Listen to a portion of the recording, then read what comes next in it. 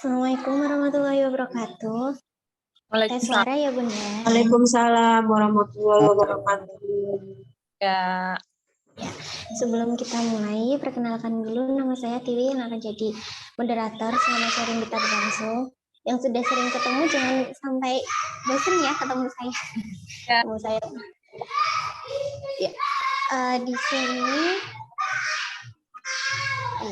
Di sini Ada backsound-nya ya?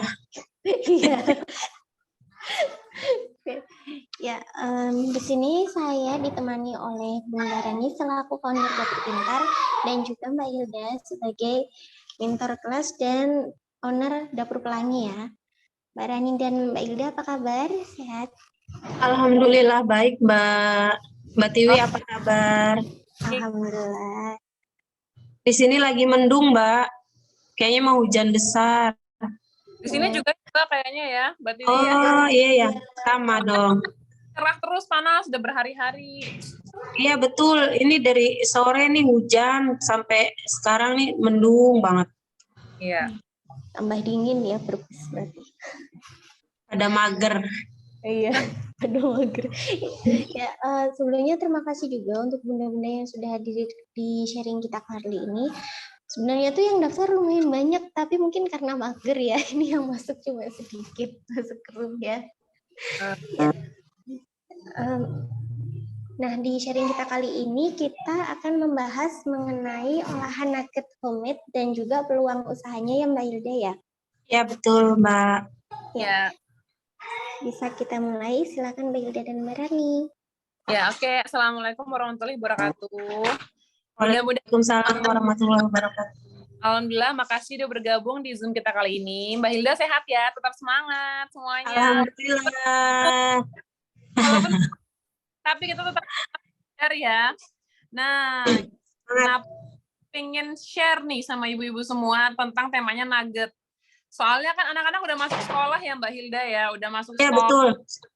Terus juga ya kalau yang masuk cuma satu, kalau yang masuk sekolah anaknya 3, yang kayak saya kan ada 2 nih yang sekolah, ya kan. Terus butuh sarapan pasti. Butuh sarapan cepat, butuh apa lagi bekal, pokoknya ada aja lah. Bekal ya. Iya bawa bekal gitu loh. Nah terus tapi kalau kita beli nugget di luar tuh kita nggak bisa memastikan apakah yang kita makan nih buat anak-anak ini apakah dagingnya asli apa enggak, aman atau tidak ya. Terus kan proteinnya juga, soalnya aku baca berita nih gitu ya, di Indonesia itu katanya salah satu negara yang kekurangan asupan protein gitu loh. Kadang-kadang kan kita cuman kalau lihat di ini ya di apalagi banyak yang stunting juga, apalagi di daerahku gitu ya, mungkin di pelosok desa gitu banyak juga yang nyuapin anaknya itu nggak tahu kalau yang masih yang nggak ngerti banget itu bahkan nyuapin anak nasi lauknya tuh keripik gitu loh. Lauknya keripik, kerupuk gitu ya, dijadiin lauk gitu loh. Habis itu kadang-kadang nuggetnya juga yang kita nggak tahu kan isinya tuh tepung doang. Itu kan kita ya nggak ada proteinnya kan, sedikit banget gitu loh. Padahal kita tuh butuh asupan protein untuk ya menunjang semuanya lah, kehidupan kita tuh penting banget. Makanya kita belajar bikin nugget sendiri gitu. Nah cuman kan kalau kita bikin nugget nih permasalahannya adalah yang pertama rasanya juga belum tentu enak ya. Anak-anak kan nggak kemakan, udah capek-capek anak gak makan. Terus yang kedua, gimana penyimpanannya nih Mbak Hilda biar awet, tahan lama gitu ya. Tahan lama, jadi biar nggak cepat basi ya kan. Udah capek-capek bikin, atau basi kan sayang banget. Apalagi kita bakal pakai daging yang asli kan Mbak gitu. Nah terus yang ketiga, nih Mbak Hilda kita open PO gitu. Makanya kita tema nugget. Iya betul. Dan Mbak Hilda dan aku sendiri pernah yang Mbak Hilda tuh enak banget, makanya aku ayo dong Mbak Hilda cara bikin buat ibu dapur pintar gitu awalnya. Nah boleh diceritain deh Mbak Hilda ya. Ya boleh Bun. Jadi kita nanti ini langsung ke saya ya? Ya langsung ke Mbak Hilda ini sekarang. Oke, makasih. Jadi nanti di Zoom ini saya akan menyampaikan pengenalan tentang pembuatan nugget dan juga sedikit tentang peluang usahanya di pernagetan gitu ya, terutama di nugget ayam. Nah, yang Ya. pertama saya akan menyampaikan beberapa hal yang perlu kita tahu bagaimana cara membuat nugget. Biasanya ibu-ibu itu males bikin nugget, Bun, karena ribet. Padahal sih sebetulnya gampang, karena nugget itu semua bahan tinggal dicampur-campur aja kan, terus dikukus. Nah, biasanya itu ribetnya itu di pas pembaluran tepung roti gitu. Nah, biasanya itu lama di situ memang. Cuma kalau overall itu gampang lah dan tidak ribet. Nah, yang pertama siapkan seperti biasa ya, yang lainnya juga siapkan bahan-bahannya. Bahan-bahan. Halo. Halo, iya Mbak. Iya, Mbak. Oh ya, siapkan bahan-bahan yang akan kita buat. Nugget apa nih? Nugget sayur kah? Nugget ayam kah? Atau yang lainnya? Nah, semua bahan-bahan harus siap terlebih dahulu. Kemudian yang kedua, pada saat pembuatan nugget ayam, kita harus bisa memilih daging ayamnya sendiri. Yang perlu teman-teman ketahui, kita membutuhkan daging yang fresh, yang bagus, dan yang enak terutama, dan gurih ya. Nah, ini bisa didapat dari daging ayam bagian paha. Kenapa diambil dari bagian paha? Biasanya ini daging paha ini dia akan terasa lebih gurih. Makanya ketika membuat dimsum, membuat nugget itu gunakanlah daging paha itu. Selain kadang ada juga yang mencampur dengan kulit ya, Bun. Nah, itu biasanya untuk menggurihkan. Tapi terlalu banyak kulit juga tidak bagus karena nanti akan merubah tekstur si nugget itu sendiri. Jadi lebih baik gunakanlah daging ayam di bagian paha gitu. Kemudian bahan yang lain, misalnya sayuran ya, tadi nugget ayam, kemudian ada juga yang ibu-ibu nih suka ribet dengan anak-anak yang tidak suka sayuran. Bisa kita campurkan atau bisa kita membuat nugget sayuran sendiri, tapi perlu teman-teman ketahui sayuran apa dulu nih yang pantas atau bagus untuk si nugget. Karena ada beberapa sayuran yang justru membuat rasanya itu berbeda, kemudian tidak tahan lama si nuggetnya itu. Misal contohnya seperti daun-daunan ya, seperti daun seledri, daun bawang, itu justru membuat si nugget itu kecut rasanya, Bun, kecut, kemudian cepat basi. Nah, itu dari sayuran itu sendiri. Kalau mau aman, biasanya pakailah wortel. Wortel itu aman, dia tahan lama. Iya. Iya. Kemudian untuk suhu si daging. Nah, kita kan biasa membuat nugget asal gitu ya, dagingnya ya udah seadanya daging gitu. Nah, sebetulnya suhu si daging itu diharapkan pada kondisi dingin karena akan membuat si nugget itu hasilnya renyah, lebih renyah. Itu. Jadi gimana sih Mbak biar si daging ini dingin? Bisa dicampur pada saat menggiling, bisa dicampur dengan es batu ya, kemudian atau es batu yang dikeprek-keprek sampai lembut itu ya Bun, itu bisa. Nah, itu pakai itu atau dengan air es. Itu bisa merenyahkan hasil dari nugget itu sendiri. Kemudian selanjutnya itu bagian tepung. Tepung yang digunakan bisa menggunakan tepung kanji atau dengan tepung terigu.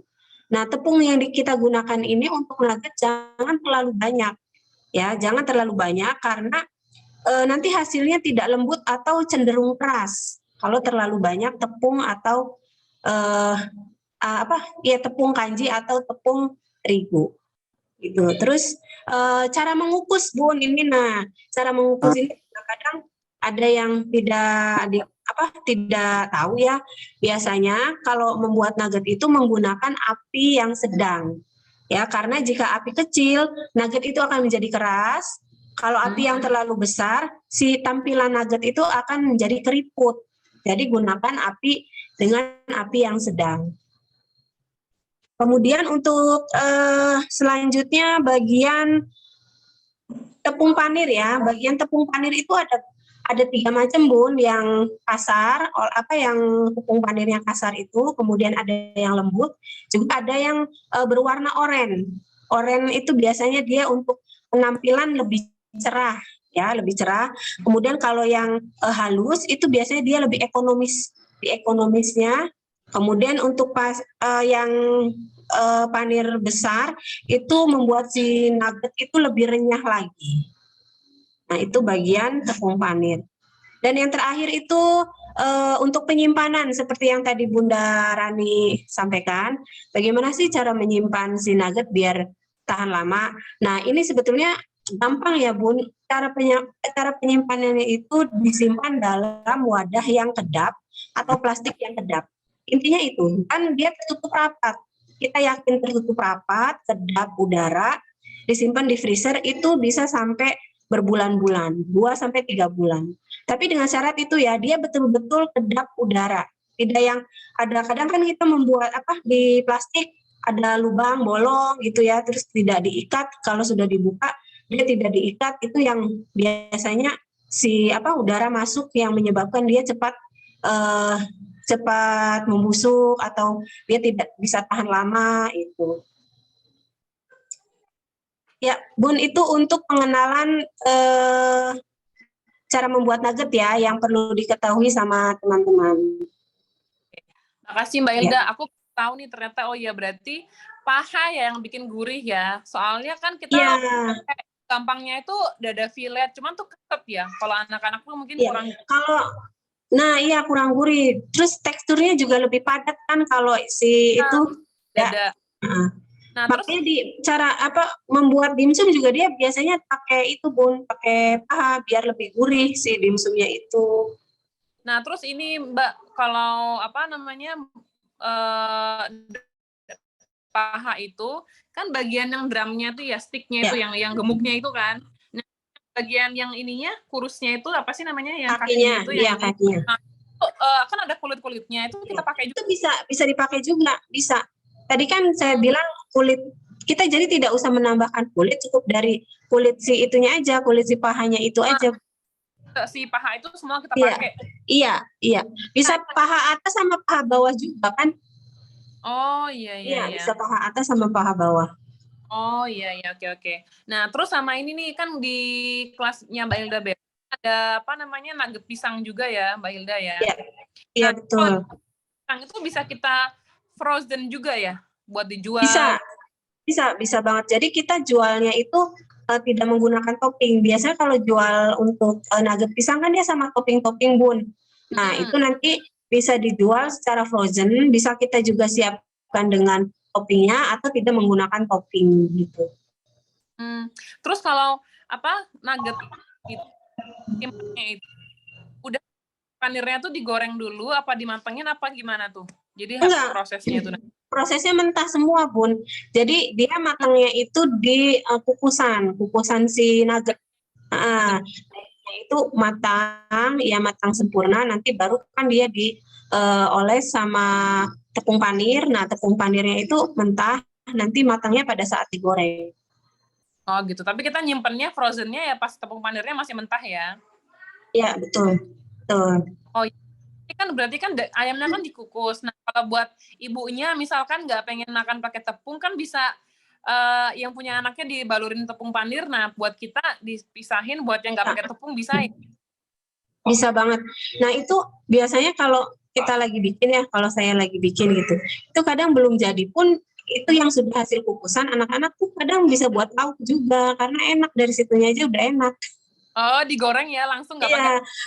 Enggak digoreng juga nggak apa-apa Bun, langsung makan karena dia kan udah matang. Oh iya benar. Matang. Biasanya anak saya yang kedua tuh si Gaza tuh sukanya nggak pakai tepung tuh, dia udah langsung makan sama nasi gitu karena lebih enak menurut dia, mungkin ya kan selera beda-beda. Nah, itu tidak usah digoreng, tidak usah pakai tepung panir, dia udah langsung makan. Terus udah ada sayurnya juga ya Mbak ya di dalamnya kan? Iya, sudah. Itu kalau yang saya bikin nugget sehat itu dia udah banyak kandungannya kan, ada wortel, ada keju, ada dagingnya, ada telurnya, itu benar-benar sehat banget. Makanya saya tuh bikin nama nugget sehat itu. Karena kayak protein terus betul-betul sehat. Iya bener banget. Soalnya kan kalau dipikir-pikir, misalnya kita beli nugget yang merek-merek di luar ya, di supermarket itu yang bener yang bagus tuh juga mahal banget loh ya Mbak ya. Iya, betul banget Bun. Malah saya heran ya, kok saya bisa jual dengan harga yang lebih murah padahal ini tuh Iya, ini tuh kaya banget kan gizinya tuh gizinya banyak banyak banget, ada yang protein, ada sayuran gitu, ada keju gitu.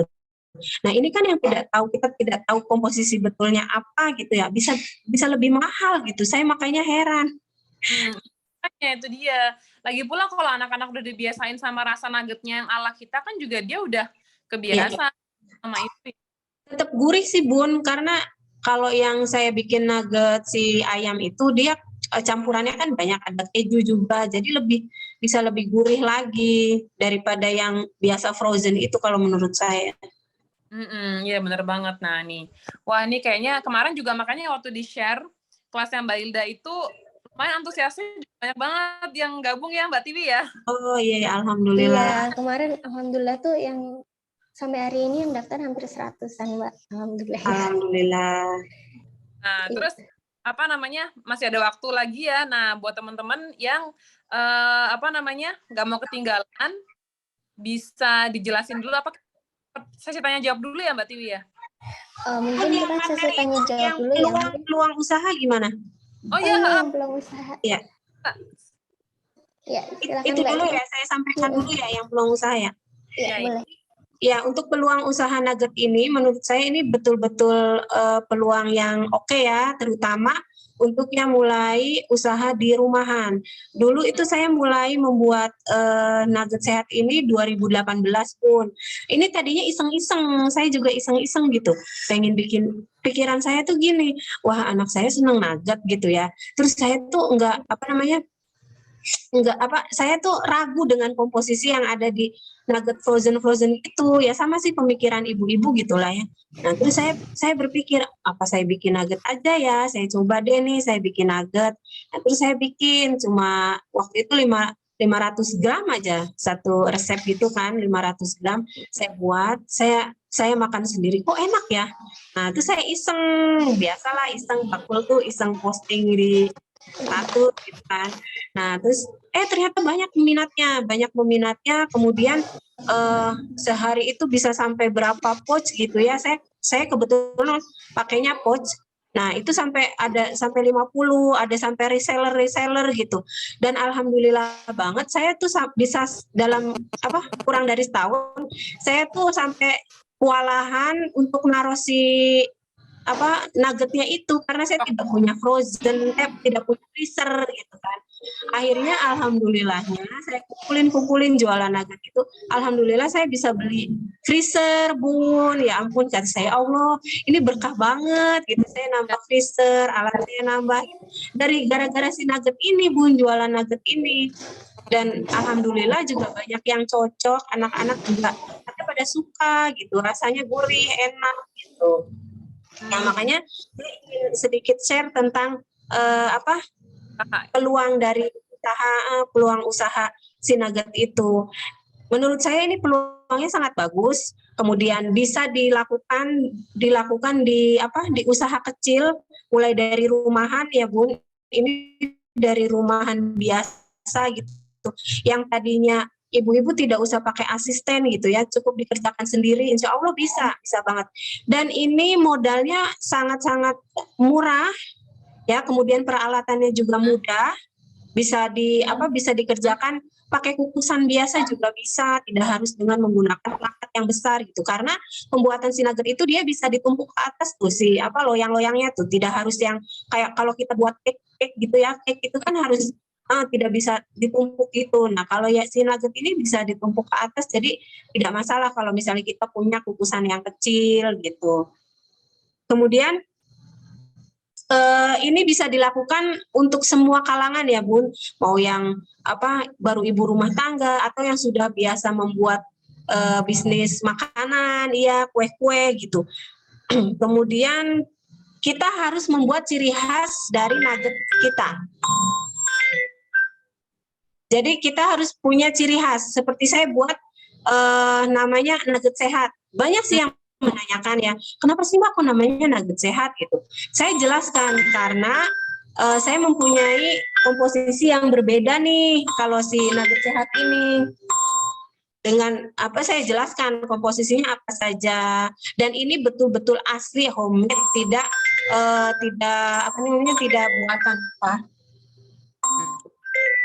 Bentar ya, ada telepon nih. Nah, oke. Sambil menunggu Mbak Hilda, nanti ada juga Mbak Nisa bertanya ya. Cuman karena Mbak Hildanya lagi jawab telepon, kayaknya ada telepon penting. Bisa dulu kali ya. Ya, mungkin saya share dulu ya tentang ini. Nah, ya, jadi besok kita kelasnya ini ya Bunda ya, membuat nugget sehat, membuat mentai rice, nugget mentai rice, nugget pisang, dan nugget macaroni. Nah, untuk nugget mentai rice ini tuh yang kayaknya menarik banget nggak sih? Soalnya kan kita biasanya tahunya tuh nuggetnya gitu-gitu aja ya Bun ya. Iya. Nah, ternyata ini bisa dibikin mentai. Itu sih. Untuk pendaftaran seperti biasa bagi yang pernah mengikuti kelas dapur pintar itu 49.000, garis bawahi ya Bunda kelas dapur pintar, dan juga yang belum pernah mengikuti kelas dapur pintar itu 75.000 aja. Lalu untuk kelasnya dimulai besok jam 1 ya Bunda, pendaftaran ditutup besok jam 12, jangan sampai ketinggalan. Nah, nanti mungkin kita tanya-tanya sedikit ya Bunda Rani tentang nugget mentai rice, soalnya ini menarik banget nih kayaknya. Baru tahu Mbak Tiwi apa sih mentai rice?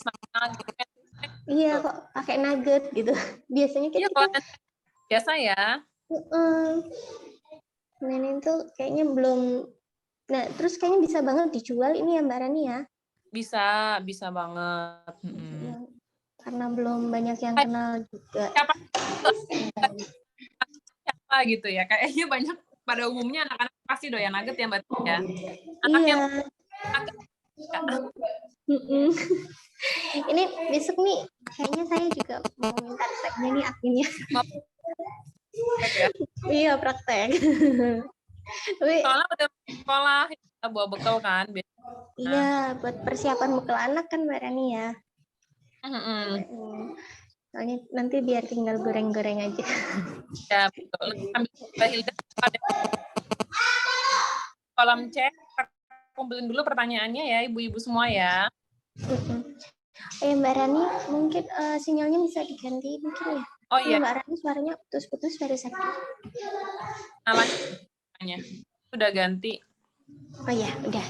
Ya. Ya, untuk bunda-bunda yang punya pertanyaan bisa tulis dulu di kolom chat ya Bunda ya. Habis ini kita langsung masuk sesi pertanyaan ya. Oke. Kalau Mbak Rani suka nggak bikin nugget? Iya, suka Mbak, gitu. Kalau Bunda Rani mah suka karena anaknya banyak. Anaknya banyak. Cuman aku yang aku bikin tuh, yang bingung tuh kalau nugget sayur itu. Kadang-kadang tuh pernah, dia tuh asam. Aku pernah bikin, terus aku kasihin seledri, jadi asam. Kayak yang Mbak Hilda bilang. Kalau yang ijo-ijo itu emang lebih cenderung dia tidak bisa tahan lama sih, Bun. Oh gitu. Iya, memang gitu. Ini ada yang bertanya nih Mbak Nisa MP. Mbak izin bertanya kalau sayur yang pakai brokoli atau bayam dapat berubah rasa nggak ya? Oh iya. Iya, seperti yang barusan tadi saya sampaikan, kalau sayuran-sayuran yang berwarna hijau itu biasanya dia tidak bisa tahan lama. Ya, seminggu 2 minggu gitu ya, karena dia kan ada kandungan zat klorofilnya itu ya yang biasanya dia bisa merubah cita rasa itu. Jadi tidak tahan lama. Kayak misal sayur bayam itu kan dia tidak bisa dihangatkan gitu ya untuk dimasak itu. Nah, jadi seperti itu. Biasanya kalau yang berwarna-warna hijau itu dia tidak tahan lama seperti sayuran lainnya seperti wortel, kentang gitu. Jadi kalau misalkan untuk nugget sayur kita rekomendasinya pakai wortel itu ya? Iya, pakai wortel. Itu aman banget kalau wortel. Jadi kalau untuk sayurnya kita pisahin aja sendiri ya buat anak-anak ya? Iya. Kalau misalnya mau bikin nugget sayur, bisa bikin sedikit aja, Bun. Jadi sedikit gitu ya, kalau misalnya mau ijo-ijo sedikit, jadi cuma tahan seminggu, 2 minggu gitu ya. Nah, itu bisa. Oh, seminggu 2 minggu bisa ya? Lumayan juga loh itu ya? Iya. Tapi kalau untuk kita usaha gitu ya, kayaknya kan tidak rekomen gitu. Oh iya, jadi kalau nugget sayur yang ini bisa untuk sendiri aja ya? Iya. Oh ya Mbak Hilda mau tanya dong, kan kita biasanya pakai tepung panir itu kan kita ada tepung panir putih dan tepung panir kuning gitu ya. Ya. Itu ada pengaruhnya nggak sih kalau buat nugget gitu? Itu lebih ke warna aja sih Mbak, lebih menarik gitu. Kalau dia pakai yang oranye, kuning gitu dia lebih menarik. Kalau yang putih ya biasa aja. Kalau untuk rasa sih nggak ada, sama. Oh gitu.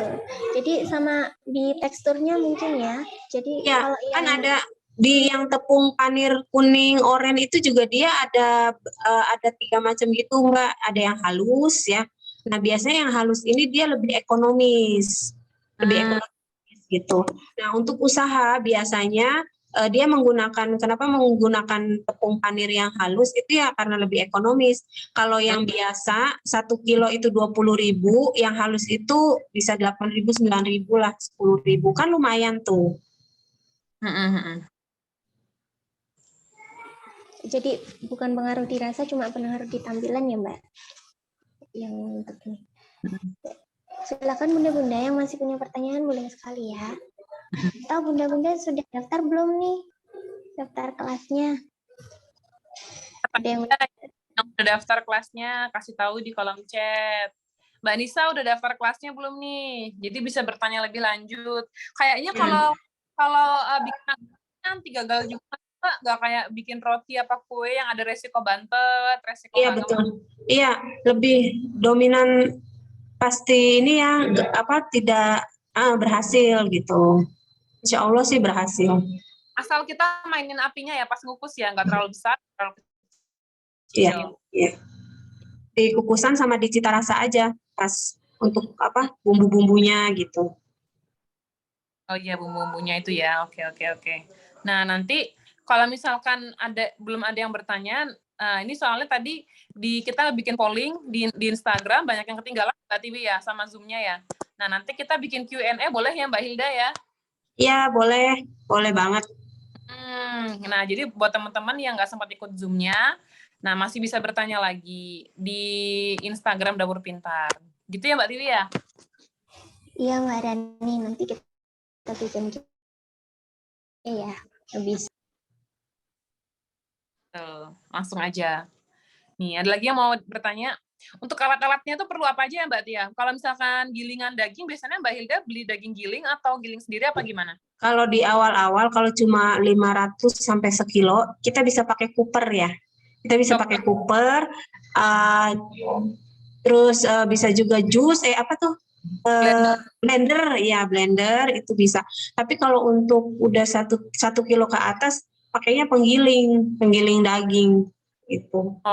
Itu penggiling dagingnya kalau kita nggak punya, harus invest dulu apa kita bisa ke pasar aja gitu? Bisa ke pasar, tapi kita juga harus milih ya yang betul-betul bersih tempatnya gitu. Terus kita ada langganan gitulah. Kalau saya sih ada langganan di pasar dan saya minta nanti kadang kan ada dia sebelum saya tuh ada pelanggan lain. Nah itu saya minta betul-betul bersih gitu. Saya tungguin soalnya kalau penggiling di pasar gitu. Enggak saya. Iseng nyampurin gitu. Iya. Ya. Kadang juga yang lain yang lagi ngantri itu heran tuh Bun, saya bikin saya bikin 4 kilo daging gitu ya, itu telurnya itu bisa sampai 3 kilo 2 kiloan gitu, sampai heran yang lain itu bikin apa sih kok telurnya banyak banget gitu, apa rolade atau apa gitu. Saya jawab sih nugget gitu, kok banyak banget ya, sedangkan si tepungnya itu saya cuma pakai seperempat kilo dari telur yang 2 kilo, kemudian daging ayamnya yang 4 kilo itu. Jadi penasaran nih Mbak, kalau misalkan kita bawa ke penggilingan daging, nah itu tuh kita bawa pahanya itu udah kita sudah filet. Jadi kita minta ke penjual dagingnya, belinya filet.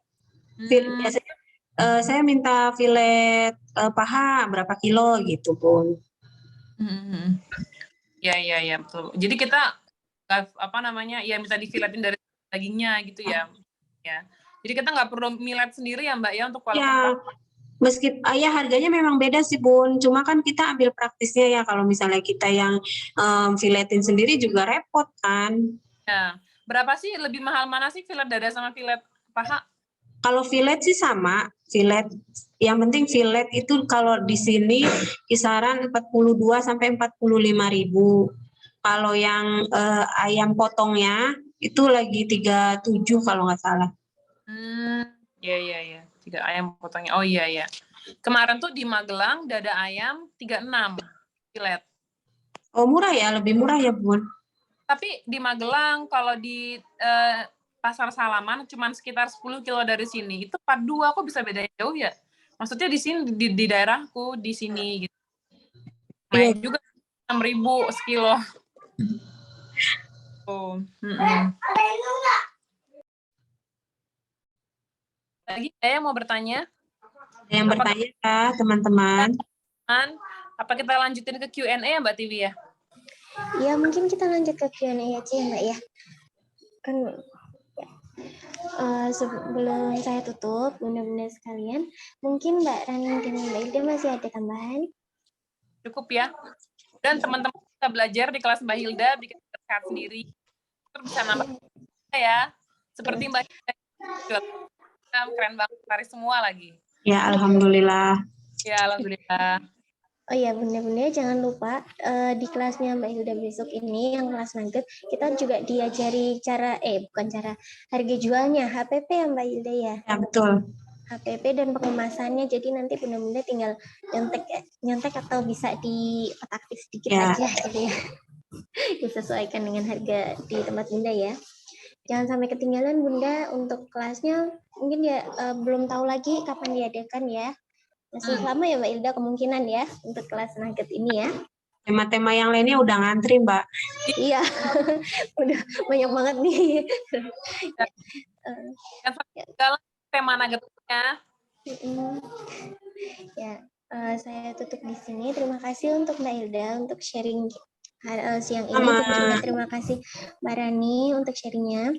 Terima kasih juga untuk bunda-bunda semua yang sudah hadir di sharing kita kali ini. Kita lanjut ke Q&A ya. Oke. Ya, oke Mbak. Saya tutup di sini. Wassalamualaikum warahmatullahi wabarakatuh.